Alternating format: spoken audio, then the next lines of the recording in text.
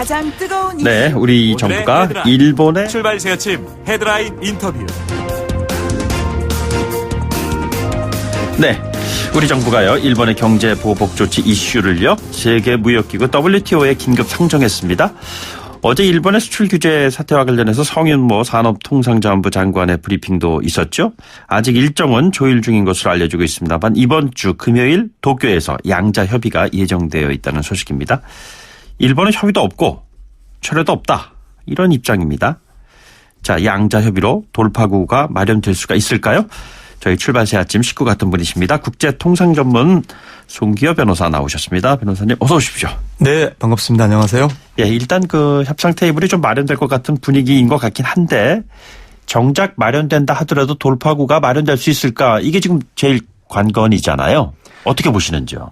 지금 이번 협상 테이블은 동시에 그게 국제무역기구 WTO 제소 절차인 네네. 거거든요. 그러니까 정식으로 제소하기 위해서 반드시 거쳐야 되는 협의 단계라는 성격을 동시에 가지고 있기 때문에 예.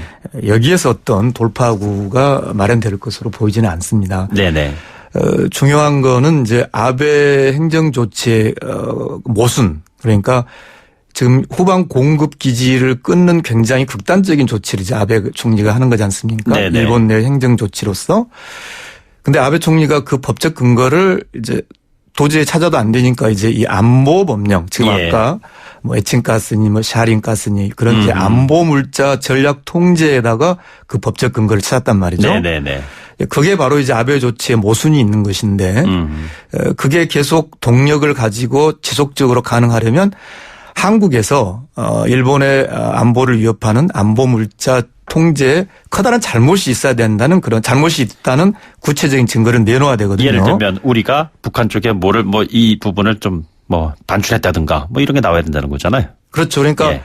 이런 대단히 극단적 조치를 안보라는 이유로 취하고 있는 이 모순에서 네네. 결국은 그것을 뒷받침하는 어떤 안보적 사유, 안보적 위해를 계속 제시하지 못하고 있는 이 모순적인 상황이기 때문에 예. 결국은 그 자체로서 어떤 장기적인 동력은 가질 수 없다고 봅니다. 그런데 예. 다만 지금 시기에 당장 우리 경제나 우리 산업이 이제 어떤 상당한 사실은 이제 가늠하기 어려운 부분이 우리가 한일 관계에서 어떤 이 밸류 체인이라고 하는 그러니까 예. 부가가치 국제 분업 질서에서의 학문적 연구는 가능하지만 네네. 막상 우리 개별 개개 기업들이 어느 일본 공급사에서 얼마씩을 가져오는지 어느 정도 네네. 가져오는지 잘 모르고 있거든요. 예. 따라서 개별적인 우리 기업들이 구체적으로 어떤 피해를 볼지는 사실은 가늠하기 어려운 상황인데 예. 이런 당면한 어떤 불확실성 위험 이런 상황에서 지금 우리가 중요하게 생각해야 될 부분이 하나가 이제 일본이 자의적으로 이 사태를 촉발시킨 그 배경에 깔려 있는 강제징용에 대한 보복 조치. 강제징용 문제에 대해서 국가의 역할. 예. 이 부분을 지금 우리가 대단히 심도 깊게 생각해 봐야 될 때라고 봅니다. 그럼 말씀하신 김에 강제징용에 대한 보복 조치와 관련된 것은 다가온 참의원 선거를 앞두고 보수 세력의 직결을 위한 아베 신조의 어떤 전략적인 선택이다 이렇게 좀 해석할 수가 있는 건가요? 물론 이 참의원 선거도 고려는 했겠지만은요. 네네. 우선 이 강제징용을 배상하라는 우리 대법원의 판결이 있었지 않습니까? 네네. 그래서 종래 이제 이 식민지배 또는 전쟁 중에서의 강제징용, 강제노동에 대해서는 네네. 일본도 일본 법원에서도 중국 피해자들이 제기한 소송에서 비록 중국 피해자들이 개인 청구권은 가지고 있지만 네네. 그것을 법원에서 행사할 수 없다. 그렇지만 강제징용을 시킨 일본 기업들이 자발적으로 그 피해자들에 대해서 배상하는 것이 좋겠다. 라는 것이 일본의 최고재판소의 예. 판결입니다. 그래서 결과적으로 그 소송에서 일본 기업이 이겼지만 네네. 그 이제 니시마스라고 하는 일본 기업이 이겼는데 그 대법원 일본 최고재판소의 그 판결 취지에 따라서 이 니시마스가 실제로 중국의 강제징용 피해자들에게 배상을 해 줍니다. 예, 예. 그리고 이제 독일은 더 확실하게 이제 기업 책임 정의재단이라는 것을 만들어서 100여 개가 넘는 나라의 강제징용, 강제노동 피해자들이 배상을 해 주고요. 네네. 그리고 우리 대법원 판결 이후에도 일본에서도 이 니시마스 사건이라든지 독일의 예를 들어서 일본 기업도 한국 강제징용 피해자들에게 배상을 해줄 수 있다라는 네네. 그런 상황도 있었죠. 왜냐하면 그게 해결되지 않으면 일본의 큰 기업들이 전범 기업으로 국제적으로 이미지를 갖게 그렇죠. 되니까요. 예. 그런데 문제는 이제 아베 총리 이후에 이 상황을 상당히 이제 왜곡을 시켜서 지금 이 강제징용 피해자들의 문제도 한일 청구권 협정에 의해서 완전히 해결됐다. 네네. 즉 개인 청구권이 소멸했다는 입장을 이제 아베 총리가 이제 갖게 되는 거죠. 네네. 그것은 그 전에 일본 정부 입장과 달라진 거거든요. 네네. 그런데 지금 제가 말씀드리고 싶은 것은 어쨌든 지금 이게 당면한 현실인데 예. 자, 우리 대법원의 판결이 뭐라고 했냐면 이 한일 청구권 협정은 강제징용 피해자들의 그런 손해배상 문제, 그 개인 청구권 문제는 아예 대상이 되지 않았다라고 네네. 우리 법원은 판결했습니다. 예, 예. 자, 지금도 제가 중요하게 말씀드리고 싶은 것이 이 법원 판결의 의미가 뭐냐면 한일 청구권 협정에도 불구하고 대한민국은 여전히 일본에 대해서 우리 국민들이 당한 피해를 일본 정부가 적극적으로 배상하라라는 네네. 그걸 이제 국제법상 외교적 보호권이라고 합니다. 예. 그 외교적 보호권을 우리 대한민국이 행사할 수 있다라는 것이 대법원 판결입니다. 근데 일본은 국가가 국가 간의 한 약속을 지키지 않는다고 오히려 역공을 하고 있는 것이잖아요. 그렇죠. 그래서 예. 이제 중재를 요구하고 있는데 바로 예. 그 점인데요. 문제는 자, 대법원 판결 이후에 우리 국가가 좀 더 적극적으로 어떤 역할을 네네. 할 지점에 와 있다는 거죠. 무슨 말씀이냐면 대법원 판결을 근거로 해서 우리 정부가 적극적으로 일본에게 강제징용 피해자의 문제에 대한 불법성의 인정, 네네. 그 피해 배상을 요구하고 그런 그 청구권 협정에 의하면은 그런 요구, 그런 협상이 잘 안 될 경우에 국제 중재로 가라고 되어 있고 예. 우리 헌법재판소도 국제 중재가 원칙이다 그렇게 되어 있습니다. 예, 예. 그러니까 이 헌법재판소 판례가 대단히 중요한데요. 무슨 말씀이냐면 자 그대로 읽어드리면 분쟁이 발생한 이상 외교적 경로를 통해서 해결하고 그 해결 노력이 소진된 경우에는 중재에 회부하여야 하는 것이 원칙이다. 예. 이게 우리 대법원과 헌법재판소 입장인데 네네. 지금 지금 상황은 오히려 일본이 중재를 요구하는데 우리가 그 중재에 응하지 않는 모양이 되고 따라서 일본이 그걸 근거 가지고 아까 네네. 말씀하신 대로 한국이 청구권 협정에서 중재 회부하기로 해놓고 중재에 응하지 않고 있다라고 네네. 오히려 그래서 한국을 믿을 수 없고 약속을 지키지 않는 나라이기 때문에 신뢰관계가 없고 그것이 하나의 이번 전략물자 조치의 네네. 이유라고 아베 총리 스스로 말하고 있단 말이죠. 예, 예. 그런 점에서 물론 아베 조치의 근본적 모순 그리고 강제징용 피해자에 대한 어떤 국제인권법적인 국제법의 그런 흐름 네네. 이런 부분에 우리가 좀 더 정확하게 서서 네네.